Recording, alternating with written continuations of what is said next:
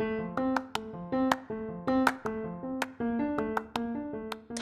and welcome to the Birth and Rebirth podcast. I'm Tiffany Caligari. And I'm Kirsten Clark. We are born again birth workers who share the birth stories of Christian women, highlighting God's perfect design. And their testimonies of finding Jesus. Here, we will chat about many topics pertaining to birth, spirituality, and everything in between. Let's dive in. Thank you so much for joining us today. I'm so excited for this episode because Haylie is going to share her incredible testimony and her journey through loss and how she came out on the other side with the Lord walking alongside her the whole time. And it's just so powerful. And I'm so grateful to have you on here today, Haylie. Thank you. Thank you. So, whenever you are ready, you can just start from the beginning. Okay. So I started. I'm sorry. I was raised as a Christian my whole life, but never really went to church, so I didn't have a relationship with God. I just hoped that He was real. Um, and then so that was just kind of how my life was for a long time. I didn't have any real faith in Him at all. And then in 2020, I had my first son. He was an unmedicated hospital birth. Um, and then whenever that happened, I became a stay-at-home mom. Me and my boyfriend, when we were sharing 50-50, we both took on two separate jobs, the whole job. So put a lot of strain on the relationship. And my son did not sleep very well. He was severely mouth-tied, um, and working through breastfeeding was really hard. So through those two struggles, I really was like, well, I just need to give the Lord a try. And my dad and my boyfriend both got invited by separate people to go to the same church. So we went and we started going pretty regularly. And then in February 2021, we found out we were pregnant. And less than a week later, I found out that it was an ectopic pregnancy. So that was during COVID. I was alone in the hospital. Um, Oh, I no. ended up having to have, yeah, that it was really hard. Nobody was allowed to wait with me. My boyfriend ended up being able to come up once right before the surgery happened. Um, but that was it. Luckily, they allowed him to stay with me overnight. They put me in labor and delivery. Um, which was kind of weird too because I had just had a miscarriage and now I'm going up to labor and delivery Yeah. after an emergency surgery, my first ever surgery. Oh, Um, goodness. but we actually ended up being in the same room that I gave birth to my son in. So that was kind of cool. Um, Wow. That and so that really pushed me to the Lord because I had no idea what to do. It was my first loss. I was like absolutely heartbroken. Um, and grieved that baby really hard, even though I only knew I was pregnant for about a week. Um, I just really, really needed the Lord. And so I went to Him, and my relationship just kept growing. And um, my relationship with my partner was still kind of rough. And um, so that was another reason, another big part of my testimony to why I went to the Lord. And then so we started going to church very regularly after that. And then in August, so that was February, in August of 2021, we found out we were pregnant again. And um, that ended up being my daughter.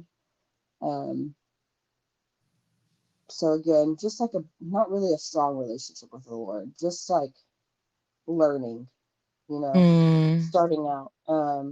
And then I was planning a home birth, my first home birth with a midwife, and everything was going great.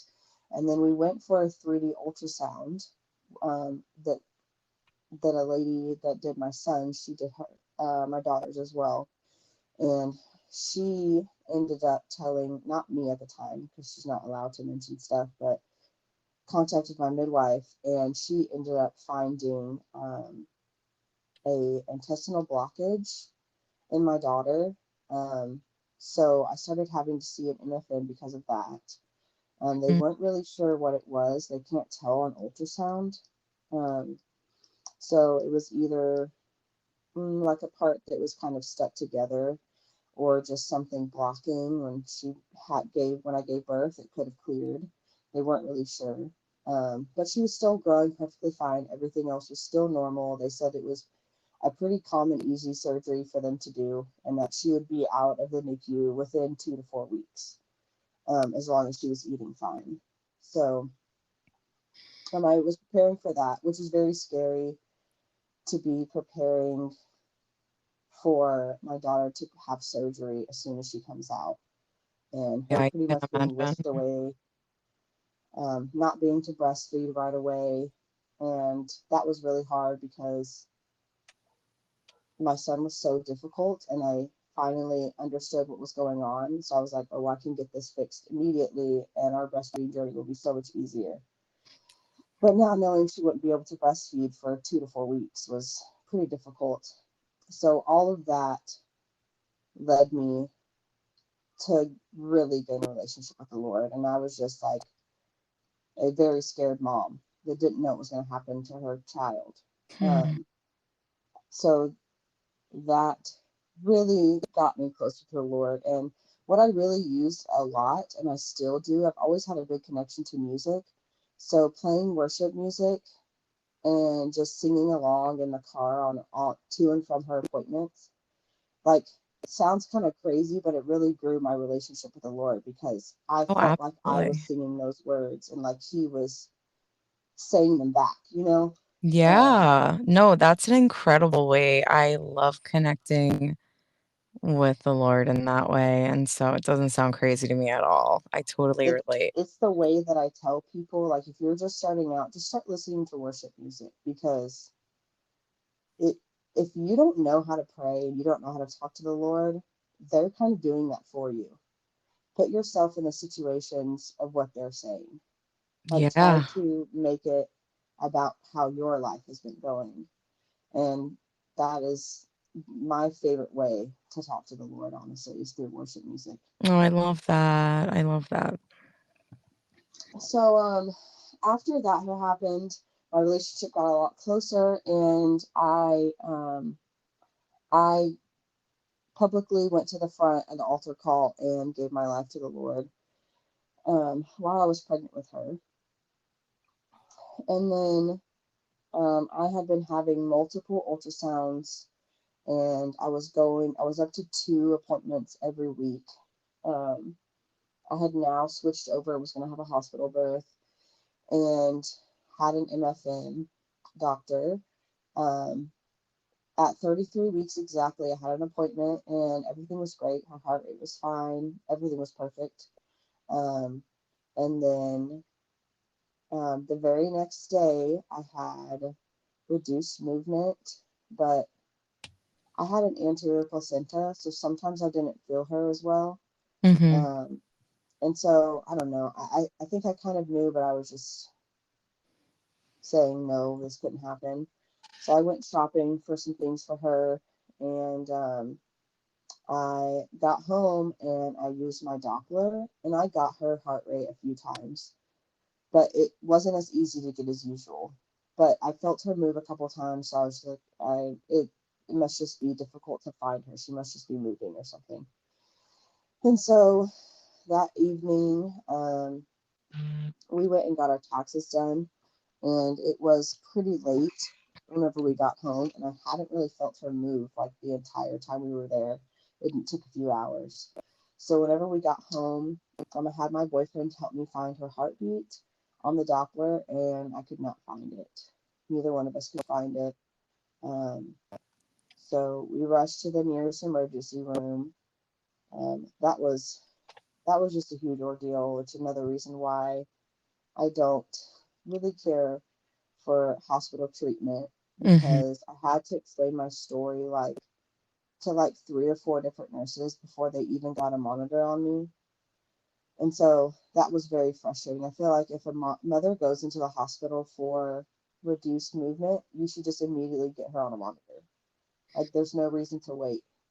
Yeah, and having to be forced to explain yourself over and over again because the staff isn't sensitive enough to the situation that you're going through to even care to, like, relay the messages amongst Yeah, each other, you know? Like, this is your job.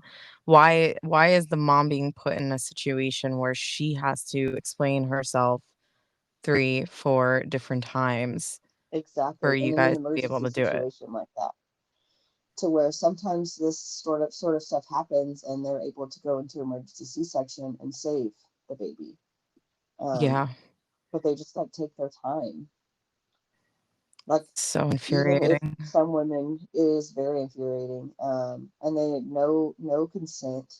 They just were like trying to put an IV in my arm and like take my blood, and I was like, "What are you taking my blood for? Like, what is going on?"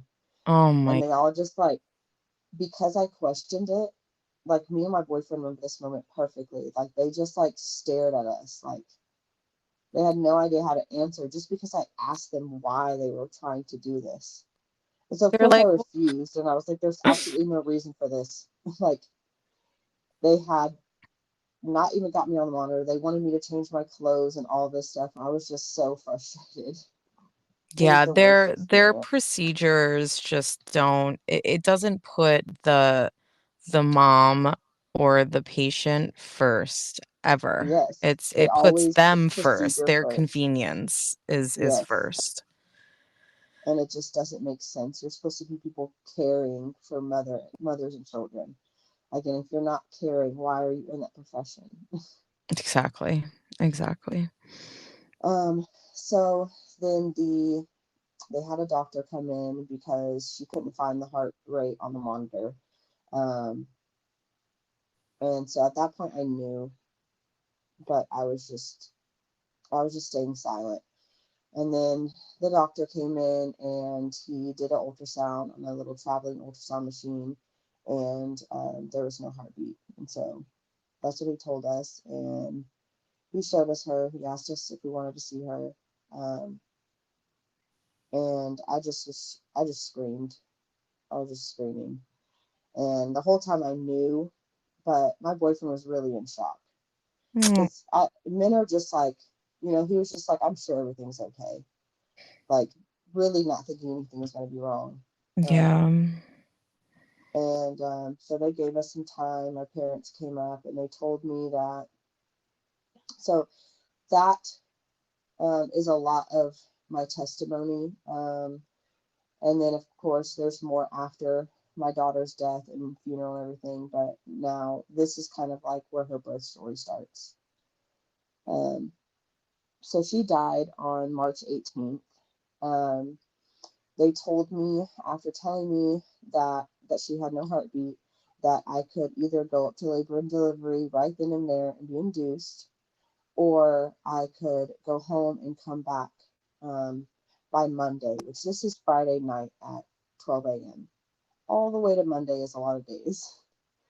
Um, so I decided to go home because I was just not ready. That was just like a huge shock to me, Yeah. and we didn't have anything with us.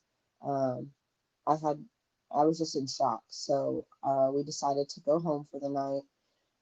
And at that point, because I was having a home birth, I was planning for a home birth, and we had already paid my midwife most of the payment. Um, and so she was going to act as my doula in a hospital birth. So I was still in contact with her. So I contacted both her and my OB at the MFM's office. Um, and my midwife um, asked me some questions. I believed I was leaking water already, but I had no like big rupture yet. Um, And I told her I really didn't want to give birth in the hospital because they were still under COVID restrictions. So I would have only been able to have possibly two people in the room. And Mm, then hospital rules is no children under two. And my son was just shy of 2 years old at the time. So I knew that I wanted my whole family to come and be able to meet her. yeah. Um, so I asked, I don't even know if I asked my midwife. I think she offered it to me whenever I told her I just really didn't want to do this in a hospital. So she spoke with the other midwife at her birth center, and they both agreed that I could come in because if my waters had already ruptured, then birth was already probably going to start naturally. Um, I'm sorry. Um, and then um, so my midwife allowed me to come into the office. So that was Saturday morning. I went into the office Saturday evening, um, into the birth center, because we didn't talk about home birth at all, but she just told me I could do it with birth center. I didn't really ask to do it at home. Um, I just didn't know how I felt about that at the time. Yeah. So I went to the birth center, and she actually tested me for my waters breaking, and it tested negative, but I was definitely leaking fluid very often. She checked me, and I believe I was already at a 3 or 4 centimeters dilated, um, but I wasn't having any real contractions at all. Um, so she made me midwife's brew, and I drank that, and that was about midnight. And then my contractions started around 2 a.m. Um, and by 4 a.m., I couldn't sleep through them anymore. So my whole family was there also. My mom and my dad came and slept on the couch. My boyfriend Oh, was there. Um, my sister and my brother came up that night, like before we all went to bed. And then she went back home. She was watching my son. And then the next morning, before she was born, my boyfriend's sister came, and right after she was born, they brought my son up. So they were all there. Um, now how are you feeling like as labor is progressing and, the contractions are picking up, like what's going on in your head and like, emotionally, mentally, like where are I you don't at? know. It was like a very strange time. And I was just talking to my sister in law about this. It was just like, it was kind of just a lot of disassociation. Mm, And I was very, very thankful um, that I was able to have the or the birth center birth and not have to have it at a hospital. So it was very relaxing and my favorite birth out of the two births that I've had. Um, but emotionally, it was just, I don't like every once in a while I would cry and think about it. But once labor was starting to progress, it was kind of hard to think about any of that. I do remember like I couldn't really talk to God at all at that point. Um, mm. I had played music and I had planned to have worship music on in the background, and I could not listen to it at all. Was it Um, because you were just like angry or just I think like, at the time I didn't know it was anger, but I was just mm, confused. Like, I was definitely angry afterwards whenever I was able to get a hold of my emotions and what I was thinking, because, like I said, this was only like 24 hours afterwards. So I was just really just confused on to why this even happened. Like yeah, nobody had any idea because she was perfectly fine the day before. So it there was like praying that she would just come out crying, even though we knew yeah, she wasn't going to. Um, But yeah, emotionally, it was just a lot of disassociation. But it was, we would go through times where some people would be crying, and then there would be other times where we're having like a normal conversation and Mm, like joking and laughing because like your life is still going yeah. even though this is happening. And like we sat around and they were eating pizza and like we were just talking, and it was just, it was just the weirdest experience because there's not one way that you feel, and I've heard that Yeah. from a lot of lost moms. Wow. Okay, so now contractions are picking up and you have your family surrounding you. So what happens now? um so I had back labor and labor, just regular contractions in the front. um I stood the entire time. I did not.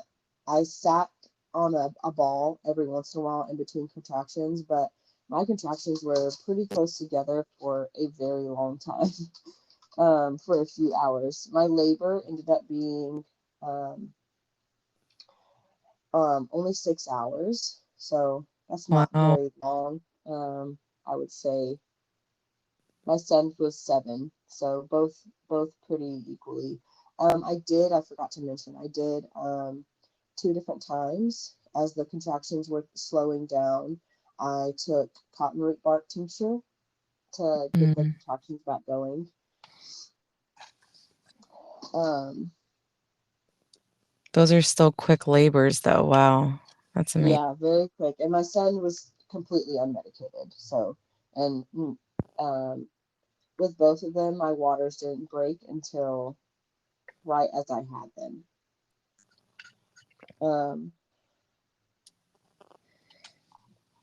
Um, so at about 9:30, that is when I took another drop of the cotton root bark. That was a night. So labor really started about 4 a.m. And then about 9:30, that's when active labor really hit, and I could feel her moving down. Um, and then by 10:55, she was born. So active labor was about an hour and a half. And Wow. those contractions were like back to back for about an hour and a half. I was exhausted because no position felt good except for standing, so my legs were so tired. And so I was just leaning over the bed during contractions. Um, a lot of swaying to try to get through them. Um, and then so at 10:55, my water broke as she was born. Um, and I think that's when all the emotions hit. Mm, That's whenever it just became very real, because she was actually here.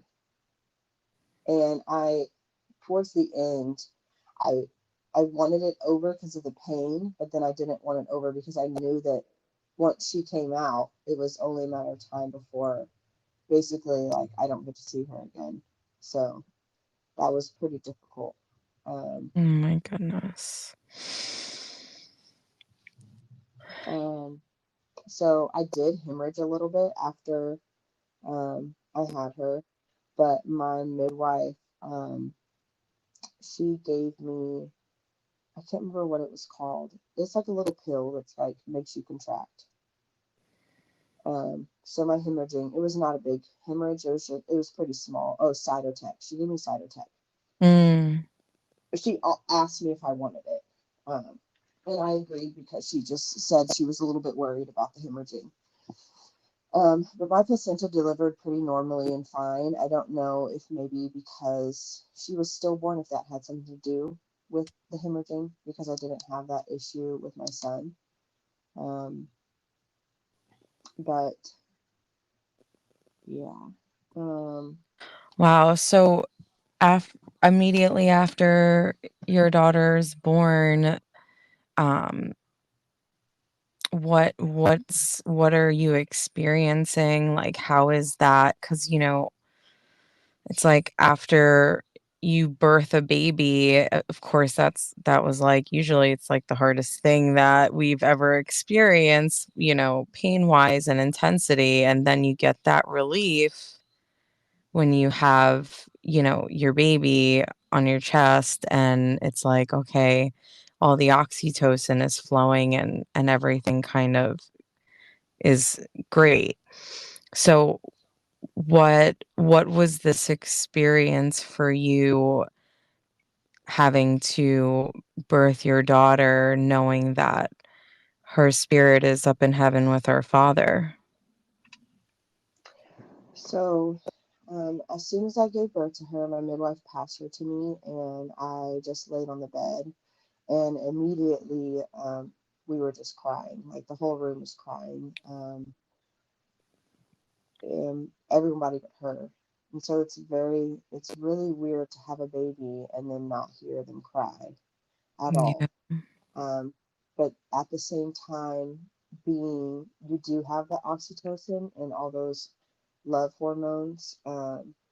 So it's also very strange. Like after crying, after the initial few minutes of her being on my chest and us meeting her, um, just look at her and smile because she's so beautiful. And Mm. it's just like, you still have those feelings of a new mom to be so happy and proud of having um, your baby and getting to meet them for the first time. Yeah. Oh, that's so beautiful. That's so beautiful. So Wow. we had, I'm sorry, No, please go. we had about 4 hours with her. Um, because I believe because I took the cytotech, my contractions, my after pain contractions were pretty difficult. Um, so it's one thing that I regret, but one thing I'm kind of happy about because I got to bond with her while she was growing inside of me. Um, and as the father, they don't really get to bond with the babies until they're born. Um, Yeah. they don't get to have a huge connection. But because of the after pain contractions, I wasn't able to do much with her. So my boyfriend was able to do a lot of the stuff. He got to weigh her, we got to cut her cord and give her a bath and get her dressed. And my midwife Mm. and family were helping with that. Um, and we all got to meet her. All my family was in the room. And then I'm so thankful for this. And I don't think, well, many of the women that I know that gave birth in the hospital with their stillborn babies, they didn't do this. And my midwife told me, hey, do you want to do skin to skin? So everybody left, and I was able to do skin to skin with her. And that was just like really amazing. That Wow. was one of the best moments because it's feeling your child skin to skin. I don't know, it's still something that I like to do with my son, like to feel his face on Yeah. my chest or whatever. And he's 3. You just feel like a deeper connection. So that is one of my favorite times with her. Um, and then basically, we're just trying to create memories at that point, knowing that we didn't have that long. So letting everybody hold her, taking pictures, and that was hard for me too because I wanted everybody to hold her, and I wanted to have all those memories of her and everybody with her, but Yeah. I Of also didn't want to let anybody else hold her at the same time course. because you only get so long with them, and especially because I chose to do it at the birth center. Some hospitals have things called cuddle cots, and it is basically a bassinet with a cooling mat, so your baby can stay with you full 3 to 4 days that you stay in the hospital. So you Oh, get that wow. time to take pictures, and you can have professional photographers come in and things like that. I did take some really good pictures of her, but they were definitely not professional photos.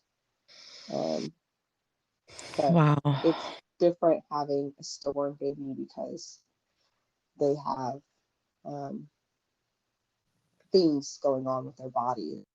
the same as a normal baby. And luckily, my best friend, no, I guess not luckily, um, it was really God ordained our friendship. And she had a stillborn baby 8 years ago. So she warned me a lot about what was going to happen and things that you were going to see.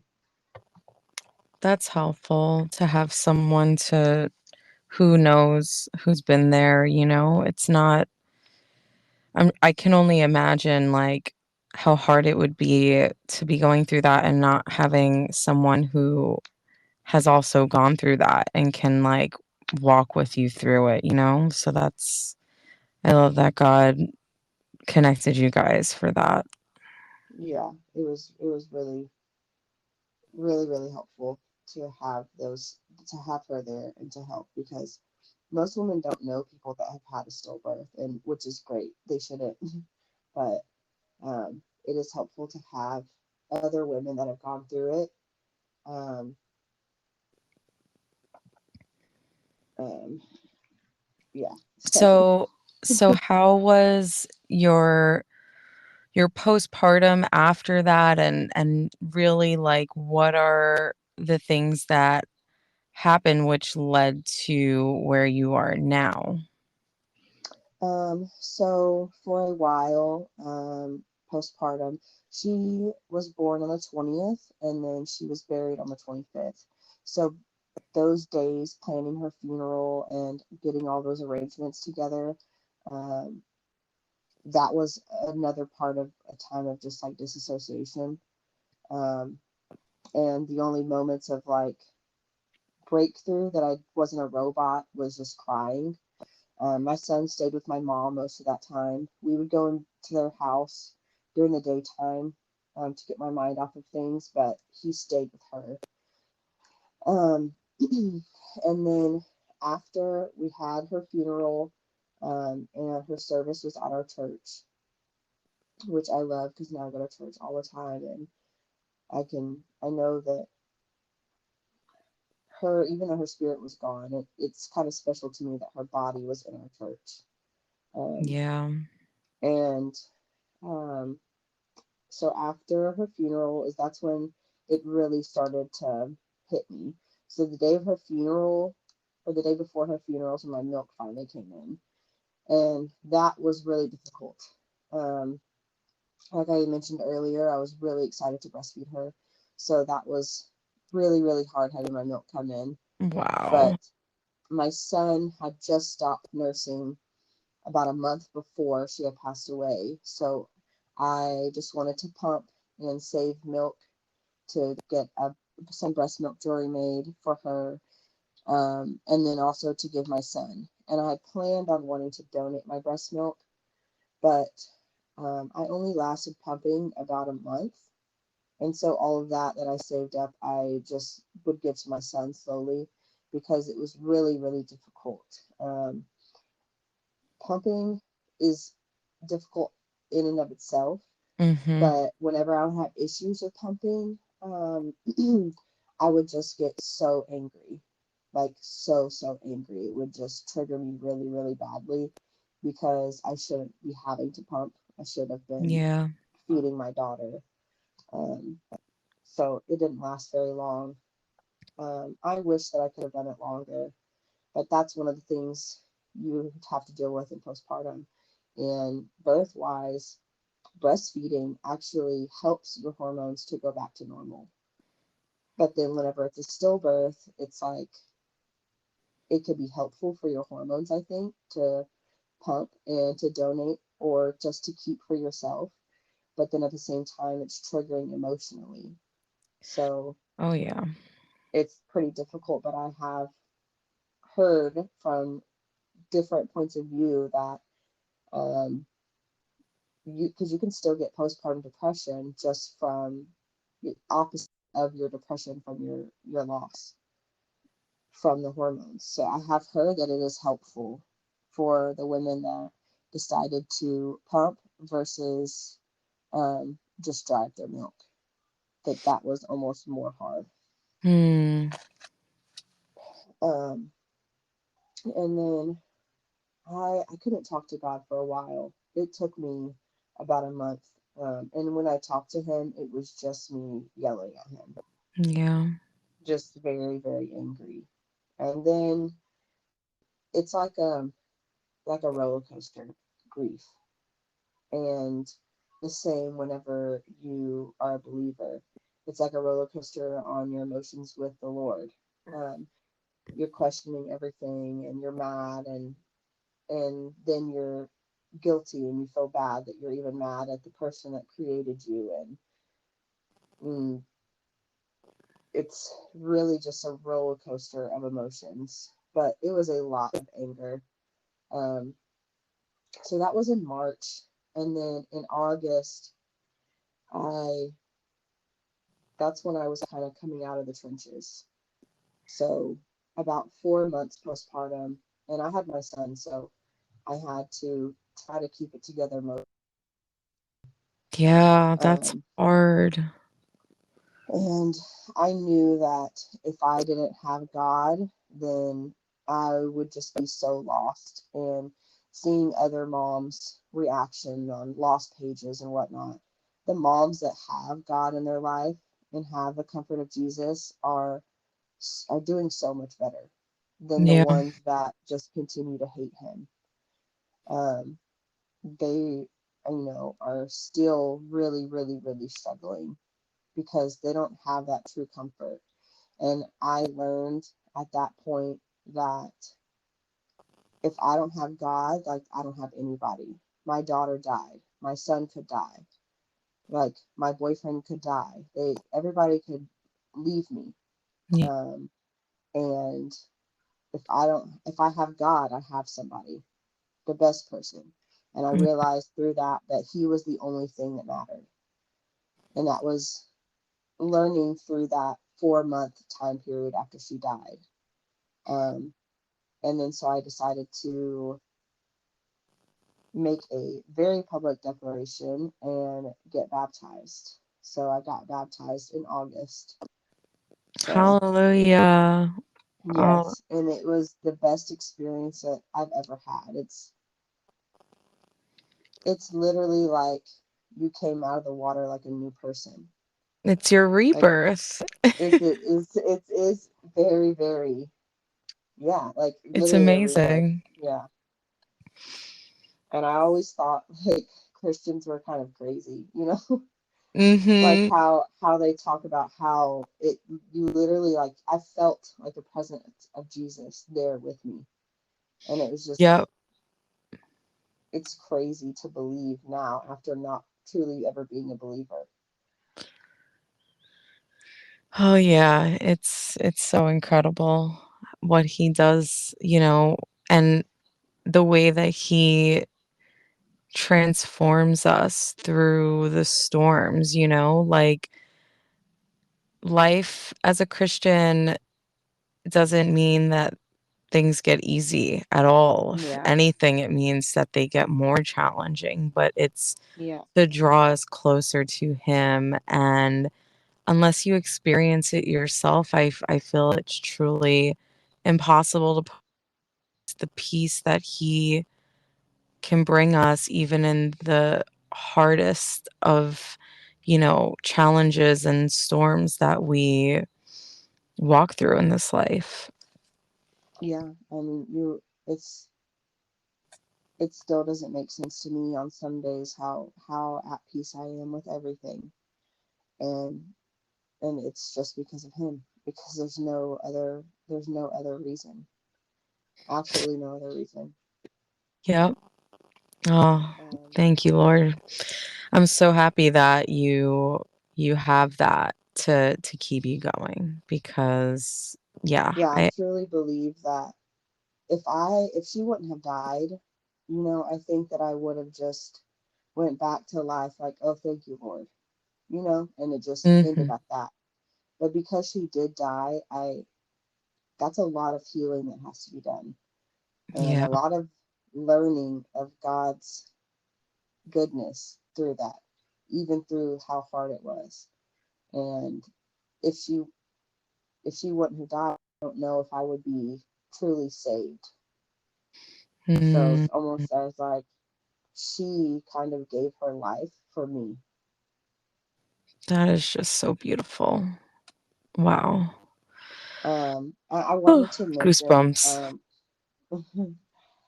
I wanted to also mention, I before when I was on the stage walking to go get baptized, I just really felt the need to share my testimony and to help others. And I love birth, everything birth. Ever since I got pregnant with my son, I'm obsessed with birth. And I had looked into being a doula before, but um, never really made it a priority. And whenever I was on stage, I felt like God actually told me, you need to share your story and you need to help other women. And so I went home shortly after that and I shared my testimony on YouTube. And I now have like her whole story on YouTube and stuff to try to help other women, because that's one of the things that helped me was getting onto YouTube and finding other women that had been through that was very, very helpful um, Yeah. to see how they have progressed and how they have healed. Because when you're in the thick of it, you don't feel like you're going to heal. Mhm. You feel like it's the absolute end of your world, especially to have your child like die inside of you is like a whole nother aspect of the trauma. And so I did that, and then whenever I got home, the day of my baptism, I looked up doula classes, which I've done multiple times, and the first one that popped up was Stillbirth Day. I don't know if you've heard of that. Wow. That I Yeah. haven't, but I'm just like, wow, So it that's is crazy. and I'd never seen it. Like I had been looking into being a doula for over a year, and I'd never seen that website. And that is they are a Christian based company, but they um, focus on helping women get through miscarriages and stillbirths and loss of children, and different ailments and conditions that children have, and adoption and stuff like that. So that's what that doula program focuses on. Um, so I started that and I enrolled in that. And then I also enrolled in an herb class because I just thought that the way that my midwife was able to induce me and keep my contractions going, I just thought that was so cool that it was just natural things, Yeah, nothing medicinal at all. And so God led me to both of those classes, kind of using my birth of Maggie to those things. I love that so much. I really just that's awesome. So are you a doula now? So I am like half certified right now. I'm not in Texas. I don't know if anywhere. You don't actually have to have a license, but I don't feel comfortable without having Yeah, certification to help you women. don't need one. It's But you kind of don't need just one. like for show, you know? Yeah, yeah, It's not a regulated um no. industry right now, but you're Because on the when path. you're a support person, you're not um, Yeah. supposed to be doing anything medical. Which is what I Um, love about being yeah, a doula, by the way. It's yes, awesome because we don't have the license that keeps us forced into, the medical certain things. system Yeah, and following those guidelines created by people that aren't centering women in birth. So, it's, yes, in my exactly. opinion, a huge plus that, hopefully stays that way. But yeah, I love that about being a doula. So you are on the path to becoming a doula, and so where are you now as far as, because I know that I saw you on a, so the way I met Haley, by the way, was on a Facebook group for unassisted birthing, specifically for Christian women. Um, so do you want to tell us about where you are now and what led you to sort of share on the page? Yes, so I now, my daughter turned 1 in March, and I am now almost 9 weeks pregnant. Tomorrow I'll be 9 weeks pregnant Yee. with our rainbow baby. Um, so I'm seeing the same midwife and planning for a home birth again. Hopefully everything goes smoothly. Um, I am on progesterone because my progesterone was dropping in the beginning, which is another kind of God thing because I never seen purpose as to why I had my ectopic pregnancy. And through this, God kind of showed me the purpose of that baby. Because if I wouldn't have an ectopic, I wouldn't have been having my bloods checked regularly. Um, Mm, so I could have lost this baby if I would not have had the ectopic pregnancy, if that makes sense. To me, absolutely, it's a God yeah. thing. Um, there, so we had our first ultrasound yesterday, and everything was great. Just at my midwife's office. So she's not a certified technician, and I don't want to do internal exams right now at all. Um, Mhm. I feel like they have more risk, so trying to stay away from those. Yeah. Um, but the baby had a beating heart and growing right on time, so everything is going good now. Thank God, literally, thank God. Yeah. That's incredible. So how are you now because this is pregnancy after 2 losses, Yeah. and I can only imagine, the challenges that you faced leading up to where you are today. And so where are you as far as, like, being a pregnant mama again? Like, how are you in your walk with God and in your faith for this pregnancy? If you can sort of just walk us through that. So, with Maggie, in the very beginning, I was extremely anxious, very, very, very scared, terrified. I had 3 ultrasounds before 7 or 8 weeks. I already had 3 ultrasounds just Wow. because I was so scared of having another ectopic pregnancy. Um, and then there, God has really been leading me to give everything over to Him. And there's been times where I am obsessing over, in the beginning, after losing Maggie, obsessing over finding out why she died. Like, just spending my whole days of just researching, and it would Mm, kind of send me into a spiral of anxiety and fear and guilt. And there was something really crazy that happened. I was reading a devotional and it really spoke out to me. And it had it had the scripture, God is within her, she will not fall, Psalm 46:5. oh, wait, I can't really hear you that well. It sounds like you're, a little far from. Oh, I'm sorry. No, it's okay. Can you hear me now? Yes.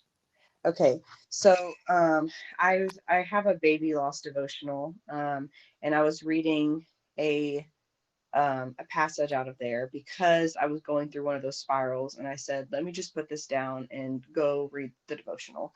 Mhm. And God showed me the scripture in that passage, and it was Psalm 46:5. God is within her, she will not fall. Wow. And that evening, I was downstairs talking to my mom in her car, and our neighbor came by, and she's like, "Oh, let me show y'all my cup that I just got." And it was that scripture on the cup. I love it. And it was just like my mom had to give me something for my son. Like it was just a quick exchange. And it was just the craziest story that happened. And I went upstairs and I was telling my boyfriend, like, you will not believe this story that just happened. And she ended up coming over and I told her about the story. And she wasn't really aware of Maggie and what happened to her. And she told me she had a similar experience and we were able to connect. And Oh, wow. she like really, really helped me to know that Maggie was in the right place and that she was happy and she would not want to be anywhere but heaven. And that she's there now and she would never want to come back because heaven is just Way better the than here. way, way better than here. You know, she lucked out. She got the Seriously. better end of the stick. She Oh, man. none of the heartache that she had to go through. So that kind of led me to really trying to work on giving it to God, and I started praying away um, the enemy's use of fear and anxiety in me. Um, Mm. and I really have been working on that in the last like 6 months. And so anytime I have any anxiety, which has been very, very rare this pregnancy, um, like with my daughter's death, just a undescribable peace. Like it doesn't make any Oh, sense.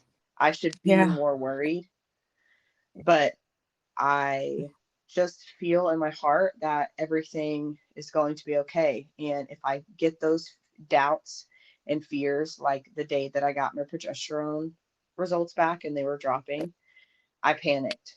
Um, Mm. but I prayed away the devil's attacks and asked God to protect me and give me peace, and I was okay. And it just truly doesn't make any sense Yeah, it's that unexplainable. yeah, it just because nobody nobody would have this amount of peace if they didn't have the Lord after going through two losses. And that's not Yeah. to say like maybe my fears will get worse later on. I don't know because I'm still so early on, and I lost her at 33 weeks. Um, but right now it's okay. But I did go through kind of a disassociation phase whenever I found out my numbers were dropping before I got that next blood draw level and saying they had went back up. I kind of just disassociated from the baby, I think. Yeah. Yeah, it's like, our response when we're in fear, but, Yeah. it's funny because the Lord will put us in situations like that where it's like you could start to lose it and be in fear and have anxiety, or you can just trust that I'm going to work it out, Hmm. and then he works it out, and then we're like, "Oh, wow, Lord, thank you. Like next time I'm going to have more faith." And I feel like all of those things that we experience are so intentional, and like nothing is a coincidence or without some sort of purpose. And I just love to hear that, he's giving you this peace, because yeah, there's really nothing that our fear is gonna resolve. It's No. kind of that, like, we have to surrender. Like, this is what birth is. This is what being a woman is. We go through these things, and it's like, yeah, I'd rather walk through the storms and the valleys with the Lord than to do it by myself. And yeah, the other side might still be scary, but at least I have the Lord on my side and I'm not by myself. Yes. And that's the hope that we can carry with us through these difficult times. And just to hear how he's been working through you through the losses and through this pregnancy, it's really just warms my heart, and it gives me all the feels, because this is life, and life is hard, and doing it without God is even harder. Exactly. It's almost impossible to do this life without God. Yeah. Everybody's going to go through something that's going to feel like it is the end of the world.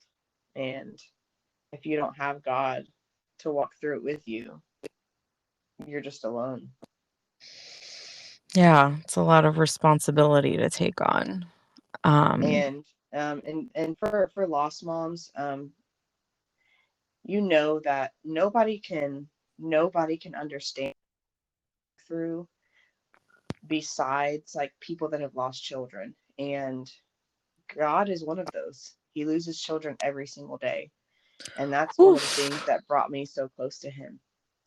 I mean, he gave his only son and then daily loses children. Daily. Whoa. Yeah. Whoa. That just hit me. Wow. And that grew my connection with God a lot because I was just like, wow, if he can go through that every single day, imagine the strength that he has to help us go through those things. Yeah. Wow. That's so powerful. Whew.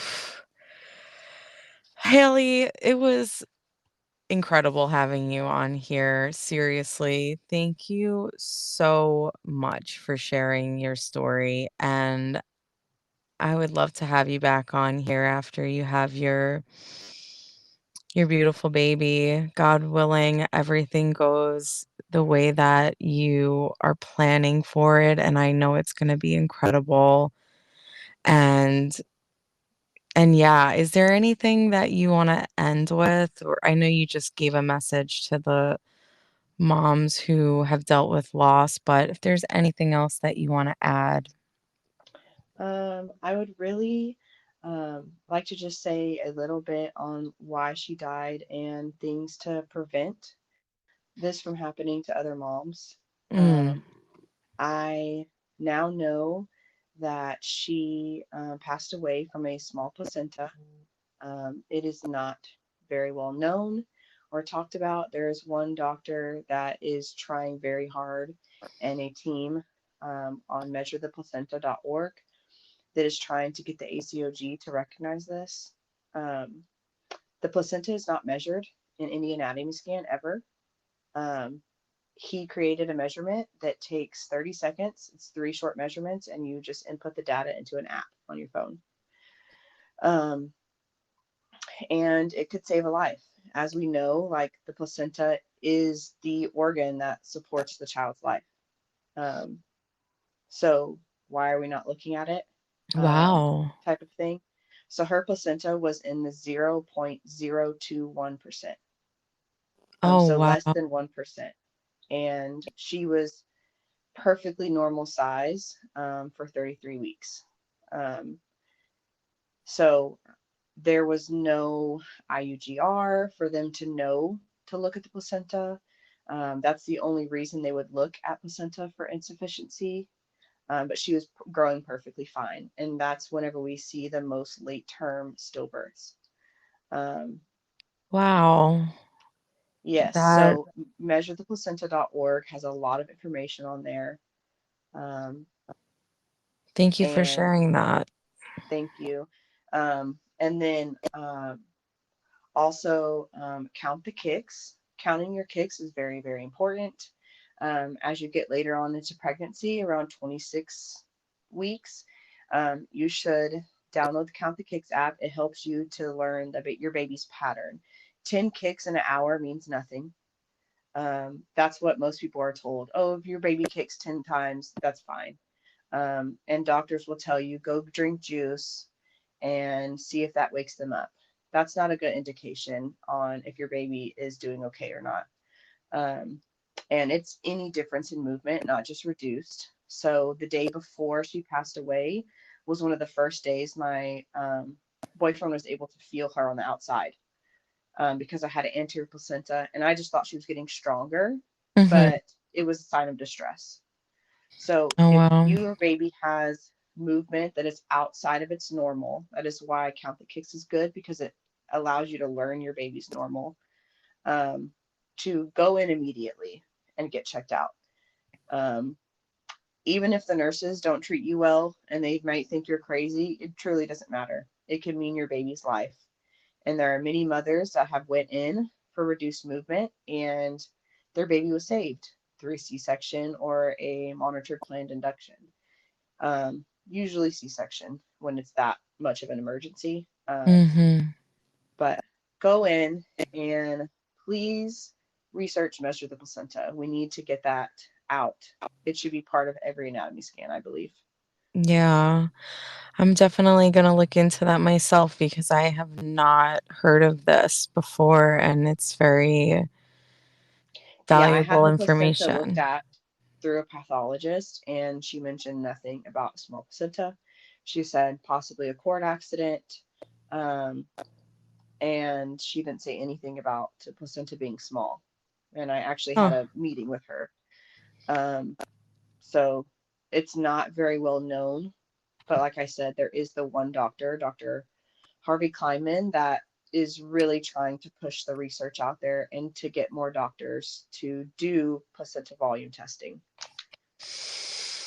Wow. Well, thank you It is for actually the walking us number one through that. cause. Is it? That Yes. was actually something I was thinking in my head. I'm like, is this a common cause? And it's been, I don't know, how you feel about putting this in there, but it is been happening more since COVID. Oh, And I actually wow. had COVID whenever I conceived her. And more data has just come out, more studies that everything that was wrong with her placenta, COVID affects. So I was one of those people that I still don't think it's that serious. It's like kind of a cold, but it does get more serious for a pregnancy For pregnant because women, yeah. it's affecting the placenta. So for some reason, it's affecting the placenta. We're not really sure why. Um, Wow. Very interesting information that I really just have not heard of. So thank you so much for yeah, sharing that with us. Um, wow. Thank you again, Haley. This has been so great, and I'm so excited for you on this journey that you're on, and your doula journey too. We have to have you yes, back I'm so on excited. here one day to talk about some doula stuff. Yes, I'm super excited to become a doula and help other women and um, through all stages of motherhood. So, Yeah, I know the Lord is going to use you for just such amazing things. So I can't wait to see it. and I hope to come back on here in like 32 weeks to tell you about my Yes. amazing home birth story. Yes, girl. I cannot wait. I'm going to be very tuned into your story for sure. Thank you for having me. You're welcome, Haley. Thank you so much. Bye. Bye.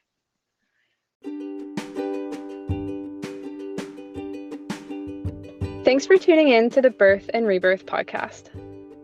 Make sure to keep up with us on Instagram at the Birth and Rebirth Podcast so you never miss an episode. And check out our personal pages for our birth services and offerings. We'll be back next week with another juicy conversation, inspiring birth story, or testimony of God's goodness. Bye, y'all.